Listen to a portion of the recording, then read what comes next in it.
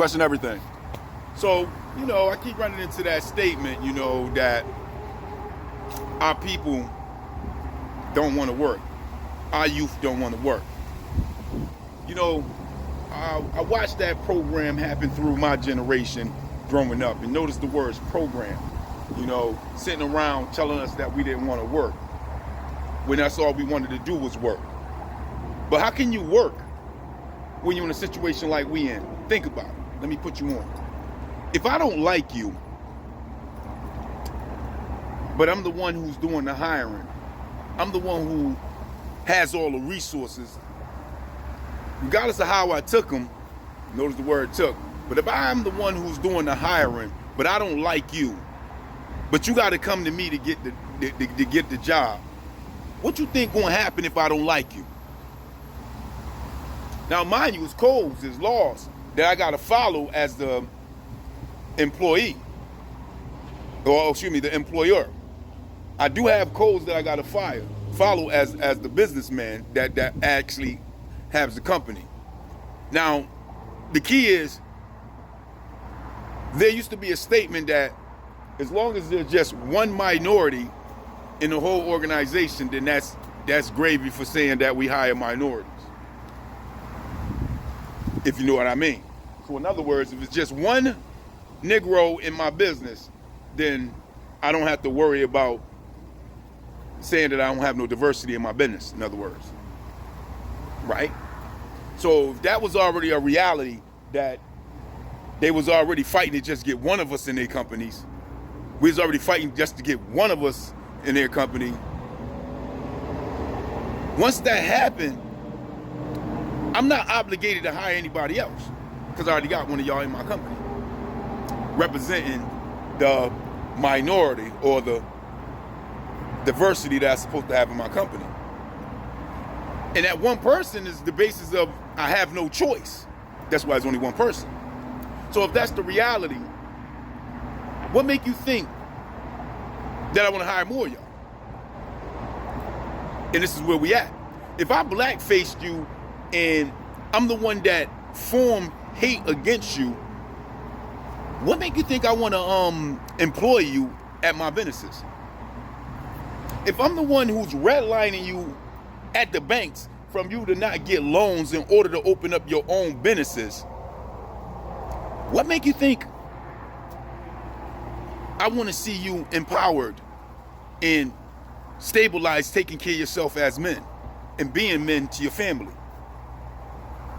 If I'm going through all these channels to keep you from doing that, why would I turn around and hire you to be a strong man in your community, a strong father in your community? Why would I do that? It would be more best in my interest, especially with the world watching my company and my business.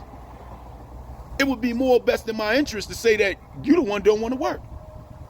That you somehow became lazy after I openly enslaved you for years and made you work for free.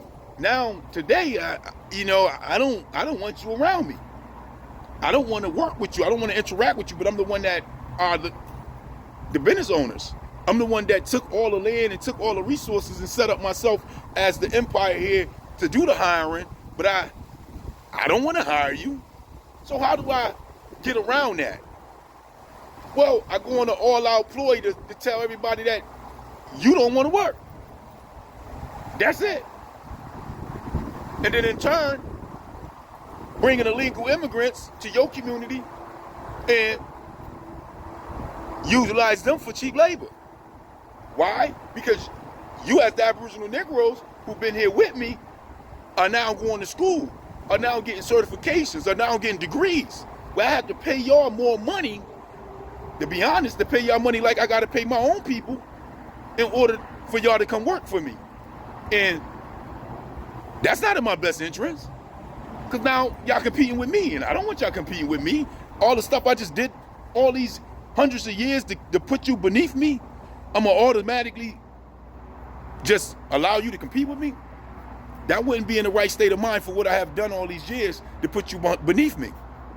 So the only other way to circumvent this reality is to bring in other people into the communities, bring other immigrants into the community. Then I can utilize them for employment, utilize them for my business, and at the same time push that narrative that y'all ain't want to work. But see, logically to the Aboriginal Negro, that would be saying you don't want to feed yourself. You don't want to feed your children. You don't want to clothe yourself. You don't want to wash your ass. You don't want to do anything that money is going to fund you in order to take care of yourself. Now, is that logical to the people out there that humans on a national level, on a nation level, don't want to wash their ass? They don't want to take care of themselves? That's what y'all saying about your own people? That's what y'all believe? And you know I don't deal with belief because that's a trick bag in itself, some witchcraft woven over your head for you not to be able to think. So is that the truth? Or is that just something that the colonizers had to use in order not to hire you? Because that's the real reality. If I'm the one who created hate crimes against you, what make you think I'm the one who want to hire you? That's not logical. If I'm willing to blackface you, demonize you, and say that you are the criminal in the country, even though the federal census for ethnic arrest don't state that you're making them the most crimes in the country, but if I'm willing to demonize you that way, what make you think I'm going to turn around and hire you too? Once again, it goes back to my best interest as the employer. It would be in my best interest to say that, hey, you don't want to work, that you're lazy, you're good for nothing. Don't you hear the words? See where it's going? It might just say I'm inferior to you. It's right there. I'm lazy. I'm good for nothing. I'm a deadbeat dad. All these these words. Don't you understand where they come from? It's not coming from our nation. This is coming from the same anti-black hatred that is woven in the country and in society of the United States of America. Thus, the hate is on you, Aboriginal Negro.